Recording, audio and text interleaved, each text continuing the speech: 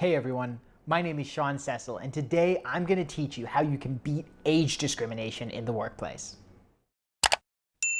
So I was recently approached by a reporter who was asking how to combat ageism, which is a word for age discrimination in the workplace, where an employer is, more likely to prefer a younger employee over an older employee. And there are three main things that you can do that will functionally nullify any concerns that an employer may have. The thing is, though, is that there's one underlying principle that you have to start from. And that underlying principle is not to approach it from a position of blame. It's really easy to say, oh, well, I'm older and so they should treat me just the same and that's what's fair and all this other kind of stuff. But if you get focused on your notion of what's fair, then you go into a position of blame. And if you go into a position of blame, then you don't have the power to influence the situation. You're giving up the power to somebody else. You're saying they're the ones who are responsible, they need to change, right? But the world isn't going to change just because you say they're going to change, right? What you want to do is you want to bring it back to you and what you can do to shift the situation. And anytime you want to shift the situation, one of the best places to start is actually empathy. So let's say you're an older worker, right? Let's think about it from the employer's perspective, from a position of empathy. What are the reasons why they might prefer a younger worker? And from that place, we can get to the three things that you need to do that are ultimately going to allow you to put yourself on a level playing field or better than a level playing field. But first, let's go into the mind of the employer and see where that leads us. So one fear that an employer might have is they might have the fear that you're going to want to get paid more than a younger employee. Normally, people who are more experienced want to get paid more, right? They're used to getting paid more. They got paid more previously, right? And so if that's the case, right, and an employer is trying to save money, they might want to go with the younger employee where they can save money.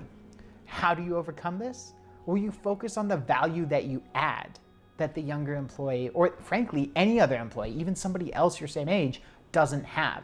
If you can demonstrate to an employer that you're going to increase their revenue by $100,000 a year, and you want to get paid an extra $30,000 a year, well, that's a no-brainer, right? That's an extra $70,000 a year for them. Of course they're going to take it, right? And obviously at higher pay scales, it's the same thing. If you can show that you can increase their revenue by $1 million a year, and you want to get paid an extra $200,000 a year, it's an extra $800,000 a year. They'll take it. Same thing if you can reduce costs, right? So focus, if you're an older employee, focus on your experience and your skills and connect that not just to how long you've been working or what you know how to do, which doesn't really make a difference to employers. They don't care how many years you've put in. At the end of the day, they care about their revenues and their costs because that's what affects their profits. So focus on how those skills and those abilities are going to allow your employer to make more money or spend less. If you do that, your value is incontestable. And then the amount that you're getting paid is a small fraction of what's really going on.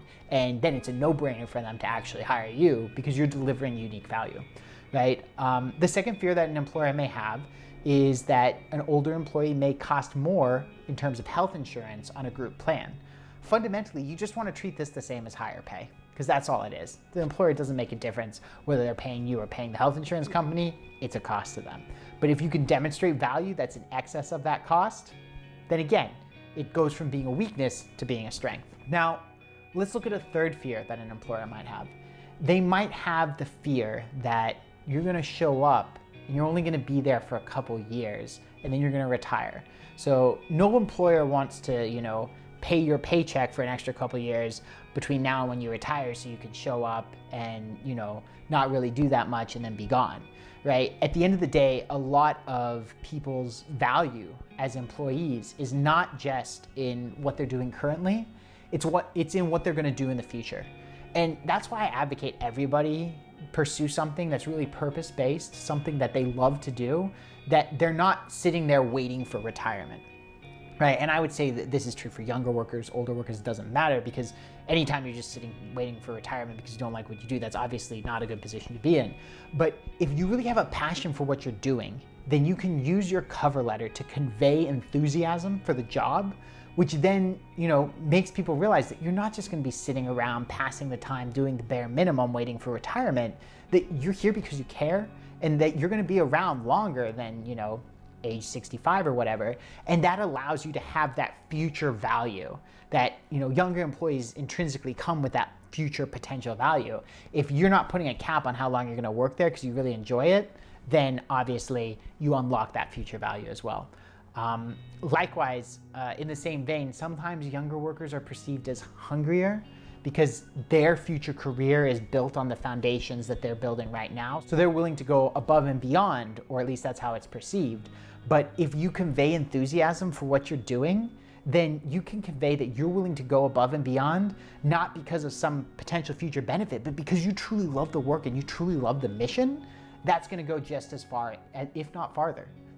And then finally, one of the fifth concerns that some employers might have about older workers is they might have the concern that some older workers are going to be lower energy.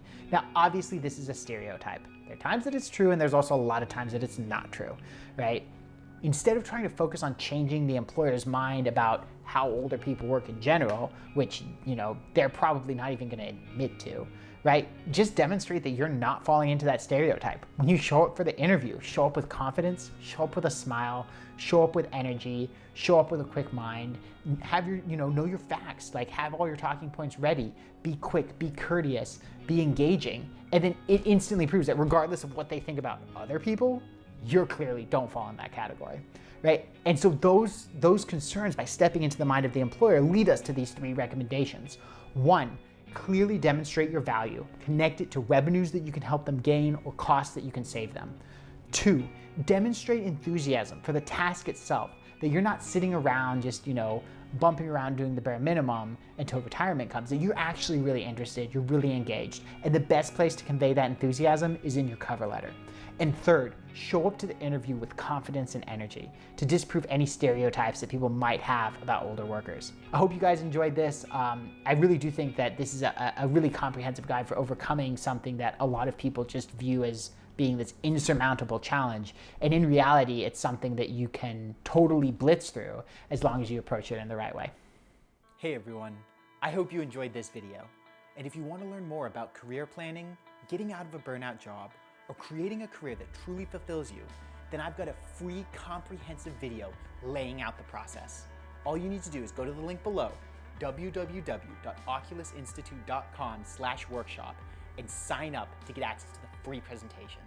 See you on the other side.